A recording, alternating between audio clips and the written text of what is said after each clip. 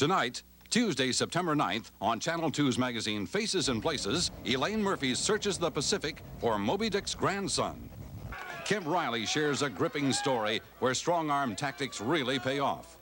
And Ron Carlson visits a museum where the relics rust.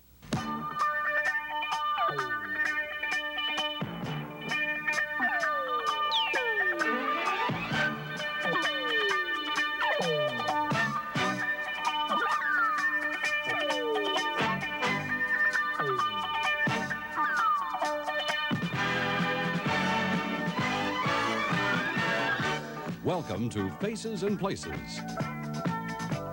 with Kev Riley, Elaine Murphy, Ron Carlson, and Mary Starrett.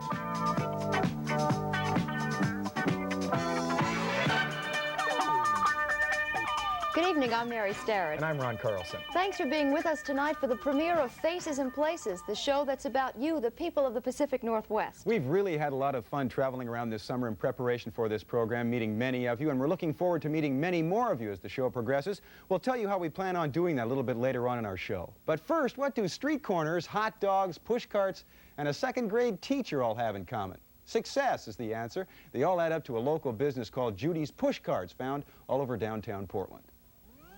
Whether you call it a hot dog, a frankfurter, or a coney, you're talking about a longtime favorite which will probably never be replaced in the hearts of Americans. Well, the push cart vendor is probably among the first sellers of hot dogs, and an ex-school teacher in downtown Portland has revived the popularity of the push cart with a thriving business called Judy's Push Carts. The saga of Judy's Push Carts reads like a success story out of a woman's magazine. It goes something like this. Second-grade teacher Judy Holste takes a leave of absence from the classroom to venture into the business world. So she buys a push cart and sells hot dogs for a year. When it comes time to go back to reading, writing, and arithmetic, second-grade teacher wants no part of it. And walked into this very quiet school and talked with the principal, and then we went to see the room that I would be teaching in that had 4 walls after being downtown with no walls, and all these little desks, and it was so quiet. I just couldn't do it. It was just too quiet. The excitement of being downtown, all of the people that I get to see, the noise, even the bus noise, it's much more fun for me. 19 push carts later, there's no way she'd return to PTA meetings and report cards. It's hot dogs and downtown Portland from now on. And it all starts here, where you could say Judy's on permanent lunchroom duty. In a rented kitchen and warehouse behind the Anderson for President campaign headquarters, Judy supervises 35 workers in a manner faintly reminiscent of a teacher overseeing her charges. Employees ready for the day, loading up their carts, chopping onions, sorting hot dogs, and putting in a little KP duty. Emily? 10:45 rolls around and soon it begins. The exodus of the carts.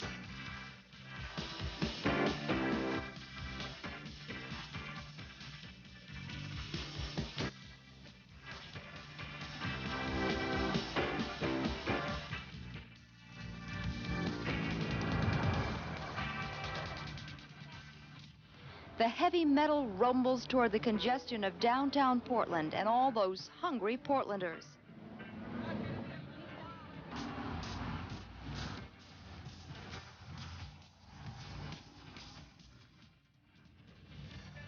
One of the fringe benefits of the job is all the hot dogs you can eat. Judy would rather hire women. She says they're more reliable, and besides, the men and the boys she's hired eat too much. Judy says all her workers are characters in their own right. They have to be, she adds, since they often butt heads with some pretty strange folks across a push cart. Do you run into any weirdos down here? I'm sure you do. Yes, we do. We get a lot of interesting street people. I wouldn't really want to call them weirdos because they might think I'm, kind of strange too.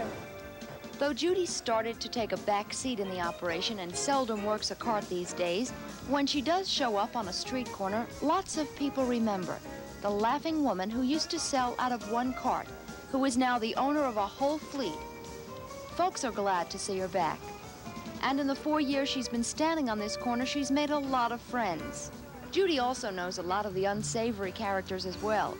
She knows the street corner preachers and prophets of doom, the panhandlers and other assorted street crazies.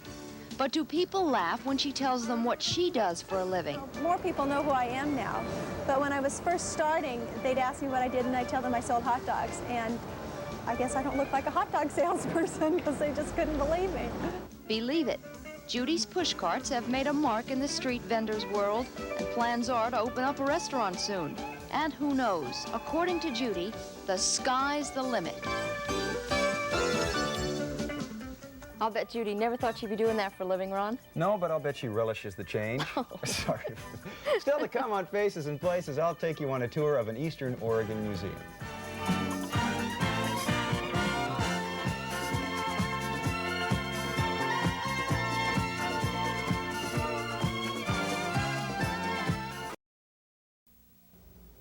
History provides different measurements for different folks. Some measure it by literature, others by mathematics. But there's a man in Stanfield, Oregon, who measures history by its farm equipment.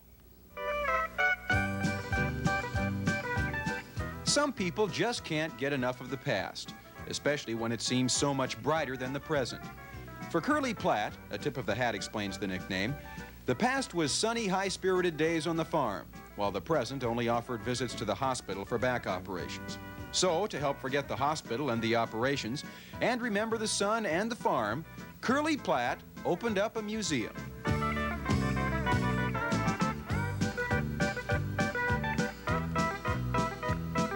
A trip through the Horseshoe Turnstile doesn't cost a thing at Curly's. Neither does the tour that you're likely to get from the curator, collector, and maintenance man at Stanfield, Oregon's only museum. But unlike most museums you're likely to visit, the majority of the pieces here aren't in working condition. In fact, most of them aren't even close. Still, they are reminders of how things used to be. And as we wandered around this open-air museum, it didn't take us long to realize that reminder is enough. That even though these old machines stopped running years ago, they're what's keeping Curly going today. I see where everybody was destroying it, burning it up and selling it for junk and stuff, and I thought it should be preserved. Should have started 100 years ago.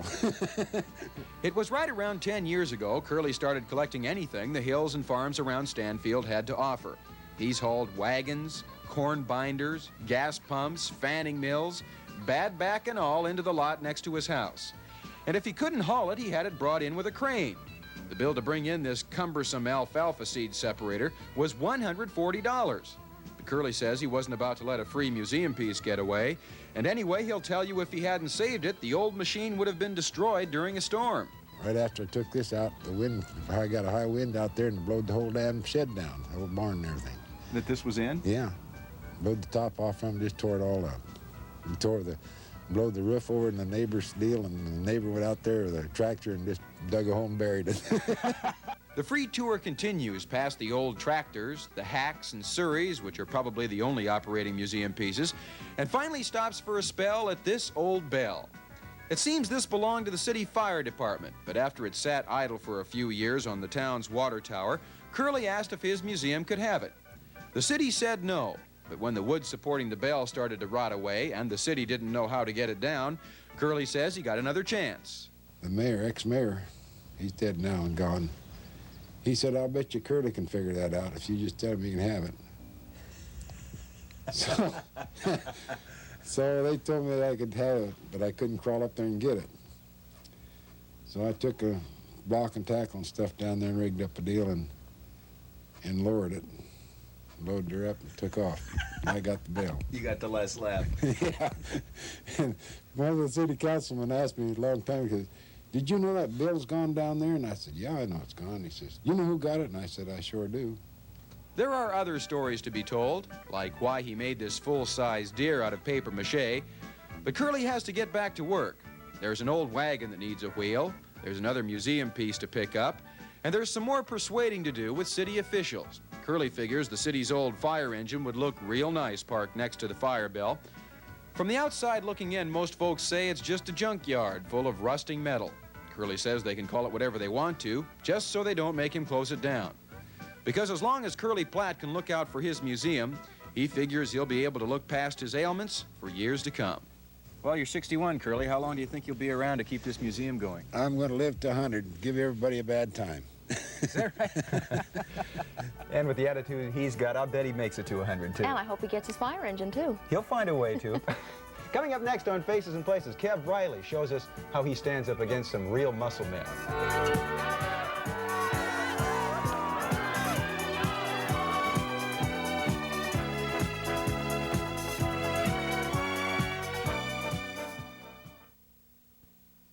If you or your friends know about unusual faces and places in Oregon and Southwest Washington, you're invited to submit story ideas to Faces and Places, Post Office Box 8799, Portland, Oregon 97208. If your story is used on the air, we'll send you with our compliments a Faces and Places t-shirt. That's Faces and Places, Post Office Box 8799, Portland, Oregon 97208. Lots of people have arm wrestled somebody for a beer, but how many of you have ever wrist wrestled for big prizes? Kev Riley gave it a try up the Columbia Gorge. Come sign up. 4 men's weight classes, 2 women's weight classes. Mid-Columbia Wrist Wrestling Championships. Sometimes, if you want something done right, you've got to do it yourself. That's what Linda Bilt at Bingen, Washington did. She likes to wrist wrestle, but there weren't enough tournaments around, so she decided to hold her own, down the road a piece, in the postcard pretty town of White Salmon.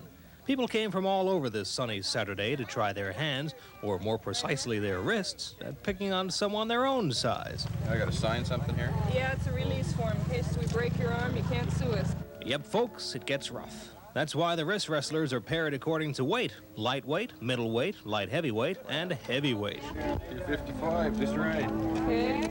There may be 4 weight divisions for men, but women have only 2 categories. Those under 135 pounds and those over. Oh, I don't want to do this. Women in the lightweight division have a better chance of being equally matched than those classified as heavyweight. But even so, they're willing to part with $3 just to see if the David and Goliath story holds true for women.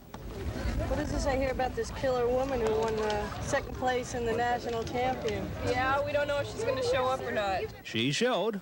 Boy, did she show. Karen von Borstel of Kent, Oregon, 3rd-ranked wrist wrestler in the world and 1st in the state. My gosh, you made it. Yeah. Tickled to death. Tickled to death. Not everyone was tickled to death to see Karen. Most were scared to death. Anyone else? No, that's enough. Come on, ladies. We only got about 5 ladies signed up. All the other women weighed in, but not Karen. Oh, no, I don't have to get on there. No, I just put it down as unlimited. Who's going to argue with her? Not me. So what's the secret to your success? I don't know.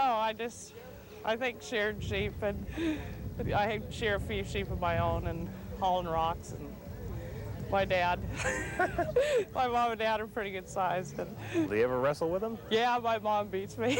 I couldn't let Karen get all the attention. I had to get into the act myself. No. The worst part of it isn't the actual wrist wrestling match. It's the weigh-in. Good God.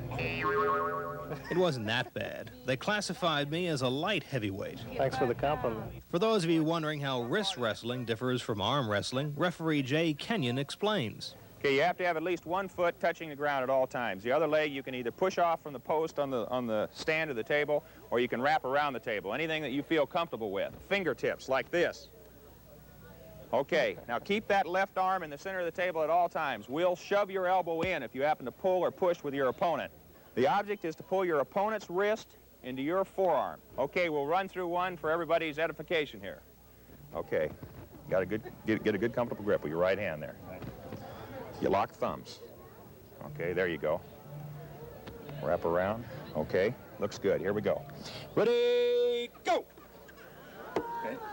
I'm not gonna fuck with myself. This is what they call a single elimination tournament. 1 loss and you're out, as the Hulk we were betting on was soon to discover. Looks like we got a couple athletes here.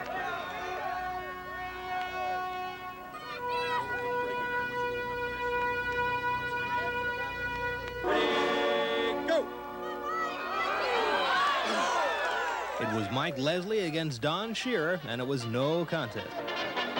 You always hurt the one you love, the one you shouldn't hurt at all. You always break the kindest heart with a hasty word you can't recall. If I broke your heart,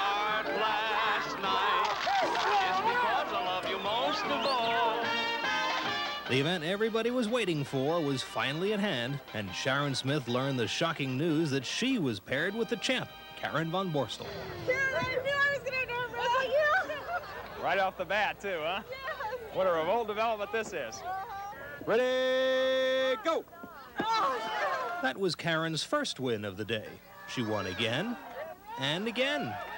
All this was making me nervous. My match was coming up, and I've never wrestled in my life.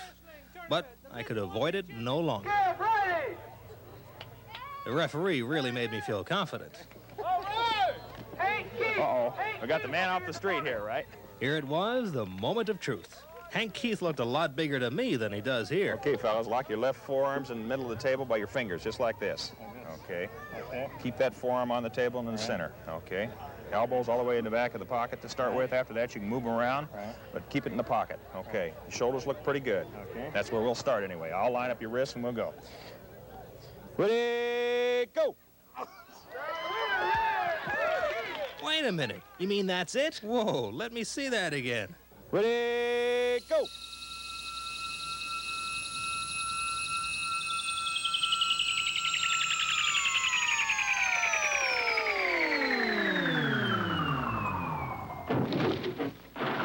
It's even more crushing to watch it the second time. Well, at least I lost to one of the best of them. Hank placed in the finals. MC John Hamlin announced the winners, beginning with the men's light heavyweight. Steve will receive a cash prize of, hold your breath, $10. Winners and losers will probably be back next year for the second annual Mid-Columbia Wrist Wrestling Championships. All the participants except one, that is. We'd like to mention, Ron, that this is Kev Riley's debut here on Channel 2. He came all the way from Tucson, Arizona to work with us on Faces and Places. Good to have you here, Kev. Hope your arm's all right by now. Coming up next on Faces and Places, Elaine Murphy travels out to the high seas for a fish story.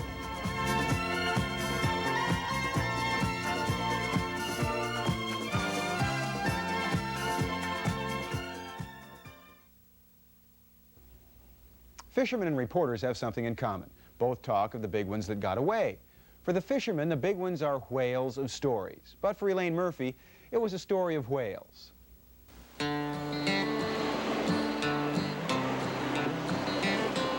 From all indications, this looks like it's going to be a big one. A big story, that is. After all, it has the ingredients: a sunny, bright day at the coast, over 80 landlubbers itching to get out to sea, and 4 boats lining up to take them there. The story is a whale-watching excursion run by the Oregon Museum of Science and Industry and Greenpeace. All these people have paid $22 apiece for the 4-hour trip, half of the proceeds going to OMSI for whale research and the other half to Greenpeace. We're told the whales are at the peak of their migration, so let's head out to the high seas. This is going to be a real iffy thing. That bar is really building up. If we get out, we may be out for quite a while. We'll just have to see what it looks like when we get out there. So what if it's going to be a little rough out there? We can take it. We're rugged Northwesterners. A high sea is not about to get us down. We have high spirits and high expectations of finding the greatest reward the sea can give us, a glimpse at that great creature, the whale.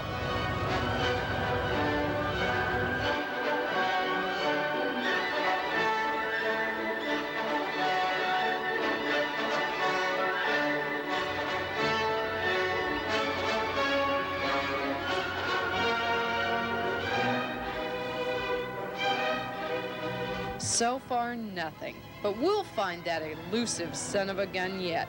Maybe we're just looking for the wrong thing. What do you look for when you're looking for a whale?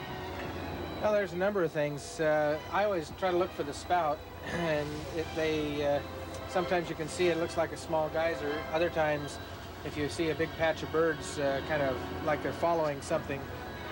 I used to work up on the Columbia River, and they when the ships would come in, they'd dump their garbage over the side and the birds would follow them. It's much the same thing with the whales. When they're feeding, the birds will follow them, and I guess they're eating the waste products from the whale. What do you do when you do spot a whale? Well, we try to figure out how many whales are in the particular group, try to stay far enough away that we don't spook them, and then determine which way they're moving and try to get ahead of them enough that we can shut down so that they will come up several times as they move in whichever direction they're moving. We try to get in that direction so that they'll come up 2 or 3 times so that people can get a good view of them. And sometimes they'll even play with the boat. But that's the best way. It's not always that way. Sometimes you're just kind of riding along on their flank like riding herd on a herd of cattle or something.